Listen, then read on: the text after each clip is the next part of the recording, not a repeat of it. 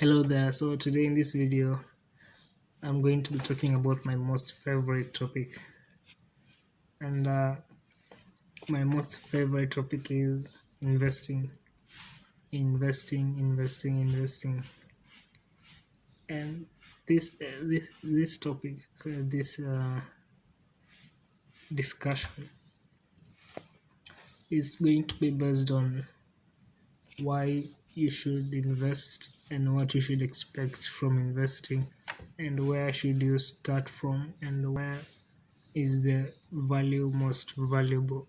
Yeah, that is the point I want to reiterate on, and I want to give you an idea, and also want to give you a lifestyle sort of way of arranging and thinking about investing. And so let's get to it. So from my understanding, investing is the ability of taking your capital, purchasing something at a given price, so that to be able to get more than the price you purchased with. Let's say you spent 1,000 shillings or $1,000. Those are two different numbers, I understand. I'm just trying to use the 1,000 as a quantitative number. You spent 1,000. If that 1,000 increases, even if it is by 1, becomes 1,001, that is an increase in value. Now the question is, what is your expected increase in value? How much would you expect it to increase for you to consider it a valuable investment, or rather a valuable deal? So that is the argument, that is the overall, that is the question you should be able to answer at the end of this video. And I can't say that it is just a minute, let me organize my studio. Yeah, pretty, just a little bit. Please bear with me as I organize my studio.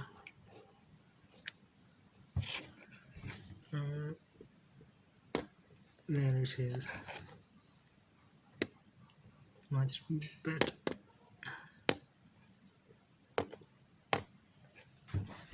So as I was saying, with investing, you have to be able to think through. You have to be able to think through a plan that is more or less 10 plus years ahead. Of course, you can't say exactly know what will happen in the next 10 years, but that doesn't mean you shouldn't have a plan of what you expect to happen in the next 10 years. So that is the friction between investing and not investing. Investing is saying, I'm not sure what will happen, but this is what I expect to happen. That is if you are investing. But if you're not investing, then you're saying, I'm not sure what will happen, and because of that, I don't want to do anything, so that I don't mess up, I don't risk messing up. Of which it is conservative, yes, but you have to look at it in terms of what would you rather consider as a better alternative to that. Because let's say now, as I'm driving this argument about investing, I'd like you to consider, which vehicle would you consider as your first vehicle towards investing?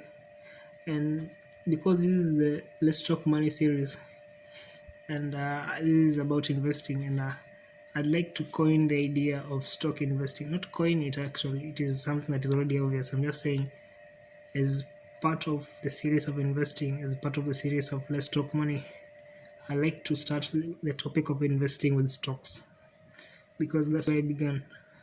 So for me, investing in stocks, I began in 2020, 2021. Yeah, that's the first time I was in stocks and all about stocks. And the first stock I bought was Absa Bank. Yeah, it was around 8 shillings then. I later sold it at 9.5. Yeah, so that's almost 10% in return on investment. That's roughly. I'm not saying those numbers are correct. I'm not. I'm just saying roughly 10%. And that was the first day I realized this is what I was meant to do. This is just something that I love to do more of, and I love to figure out how to better do it and how to be able to talk about it and tell somebody about it. So after that, I bought Crown Paints, and I continued buying and selling, buying and selling, until I realized, once you've bought, this is something I realized after buying several stocks and selling several stocks, that once you've bought a stock, let's say you bought 300 shares, it's just a minimum quantity, but yeah, you have 300 shares, and those shares, considering the purchase price increases by 100%, so you make 100% return on investment. So let's say you bought it at 10 shillings, it shoots to 20 shillings per share, so you can say that is 100% return on investment. And given that it has increased by 100%, you suddenly get the urge, I like to cash in on this. So you liquidate all your shares, you sell them, you have your money plus 100%, and now you look back to the stock that you had initially, and it also continues to increase by another 50%. And if you buy it again, the chances that it will be positive on your portfolio is rather low than it being negative first, because of some concept called retracement before correction. So you find yourself in a conflicting point. I found myself actually in a conflicting point by owning the right company and selling too soon. You end up leaving value on the table. So I kind of had to reorganize my philosophy of investing, because now when you talk about investing in stocks, first of all, you have to find the right company, that is the right stock. And once you found it, when you're looking for the right company, you have to look at a company that you expect to be in existence in the next 50 years, 100 years, because that is the kind of company that will be able to benefit your children.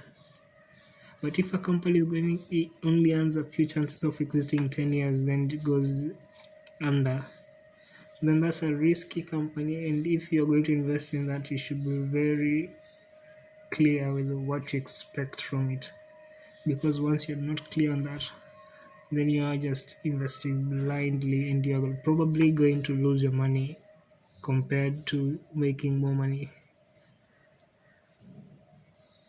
So investing, the philosophy that I ended up sticking with, that, as I said, now this is what I'm going to continue with, basing on what I've learned from my mistakes, was that when you buy a company, buy and forget. Just buy and forget.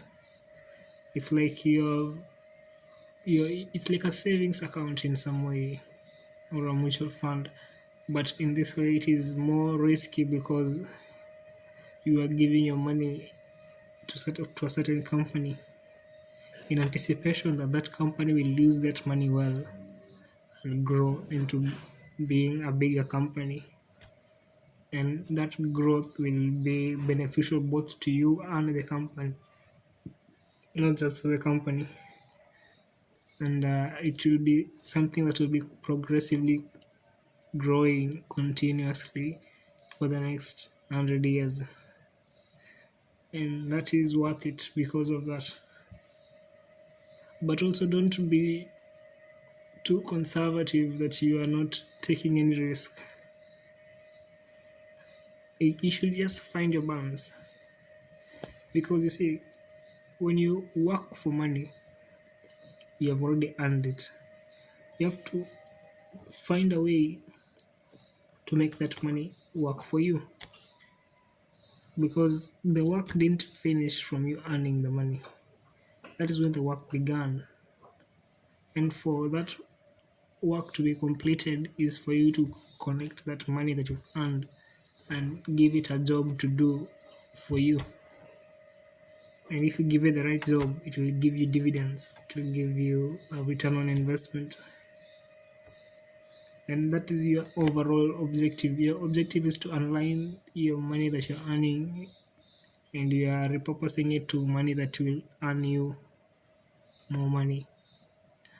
And for as long as you are maintaining that circulation, for as long as you are earning and investing, it will reach a point where the investment is now earning you more money, and you can now reinvest back either to yourself or to another source that will give you more income, and then the process is like an infinite loop. That is the philosophy that I came to inherit, and I said, now this is what I'm supposed to be doing, because it makes more sense to earn money from this point, invest it in this point, then earn from this point, invest it in that point, and then earn from that point and invest it.